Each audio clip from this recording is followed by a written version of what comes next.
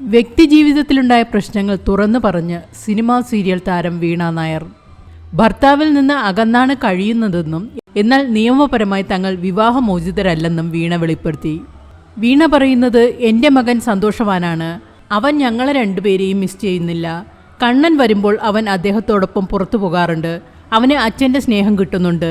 എനിക്കോ ഒരമ്മയുടെ സ്നേഹം മാത്രമേ കൊടുക്കാൻ കഴിയൂ. അതവന് അദ്ദേഹത്തിലൂടെ ഇപ്പോഴും കിട്ടുന്നുണ്ട്. ഞങ്ങൾ തമ്മിലുള്ള പ്രശ്നം അത് ഞങ്ങൾ തമ്മിലുള്ള പ്രശ്നം മാത്രമാണ്. എല്ലാവരുടെയും ജീവിതത്തിൽ എല്ലാ കാര്യത്തിലും ഒരു ഫുൾ സ്റ്റോപ്പ് ഉണ്ടാകും. അതുപോലൊരു ഫുൾ സ്റ്റോപ്പ് ഇക്കാര്യത്തിലും ഉണ്ടാകും. അത് എങ്ങനെയാണെന്നുള്ളത് വൈകാതെ അറിയിക്കും. അദ്ദേഹത്തിൻ്റെ സോഷ്യൽ മീഡിയ പോസ്റ്റ് ഞാൻ കണ്ടിരുന്നു. അതിനുള്ള എല്ലാ അവകാശവും അദ്ദേഹത്തിനുണ്ട്. മറ്റൊരു സ്ത്രീയാണ് അദ്ദേഹത്തിന് ശരിയായി തോന്നുന്നതെങ്കിൽ ഞാനെന്ത് പറയാനാണ്? നേരത്തെയൊക്കെ ഇങ്ങനെ ചോദിക്കുമ്പോൾ ഒരു ബുദ്ധിമുട്ട് വരും. എനിക്കൊരു മകനുണ്ട്, അവൻ്റെ കാര്യങ്ങൾ നോക്കി നടത്തണം, പ്രൊഫഷനുമായി മുന്നോട്ട് പോകണം. നിയമപരമായി ഞങ്ങൾ വിവാഹമോചിതരല്ല, അകന്നു കഴിയുകയാണെന്നത് സത്യമാണ്. ബിഗ് ബോസ് ഷോ ദാമ്പത്യ ജീവിതത്തെ ബാധിച്ചു എന്ന തരത്തിലുള്ള വാർത്തകളും വീണ നിഷേധിച്ചു. ഒരു ഷോ കാരണമൊന്നും തകരുന്നതല്ല കുടുംബം. അത് കുറേ നാളുകളായുള്ള യാത്രകൾ കൊണ്ട് സംഭവിക്കുന്നതാണ്.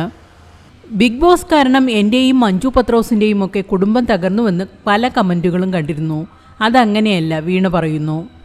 നേരിടേണ്ടി വരുന്ന ബോഡി ഷേമിങ്ങിനെയും കുറിച്ചും വീണ തുറന്ന് സംസാരിച്ചു.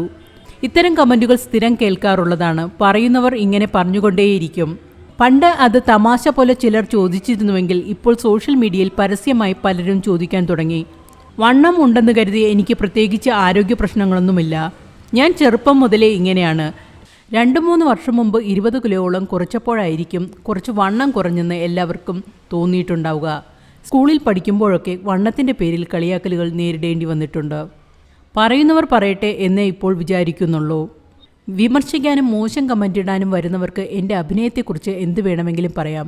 ഇഷ്ടമായില്ലെങ്കിൽ ഇല്ലെന്ന് തന്നെ പറയാനുള്ള അവകാശം എല്ലാവർക്കുമുണ്ട്. നമ്മൾ എല്ലാവരുടെയും മുന്നിൽ അഭിമുഖവും മറ്റുമൊക്കെ ചെയ്യുന്നതുകൊണ്ട് പരസ്യമായി തന്നെ വിമർശിക്കാനും സാധിക്കും. പക്ഷേ സഭ്യമായ ഭാഷയിലായിരിക്കണം പ്രതികരിക്കേണ്ടത്. മുൻപൊരിക്കൽ എന്നെക്കുറിച്ച് വളരെ മോശമായി സംസാരിച്ച ആൾക്കെതിരെ കേസ് കൊടുക്കേണ്ടി വന്നിട്ടുണ്ട്. അത്രയും വർത്തമാനം പറഞ്ഞതുകൊണ്ടാണ് അതിന് പിന്നാലെ പോയത്. നല്ല മറുപടികളും സ്നേഹവും തരുന്നവരും വേറെയുണ്ട്. അതും പറയാതിരിക്കാൻ സാധിക്കില്ല.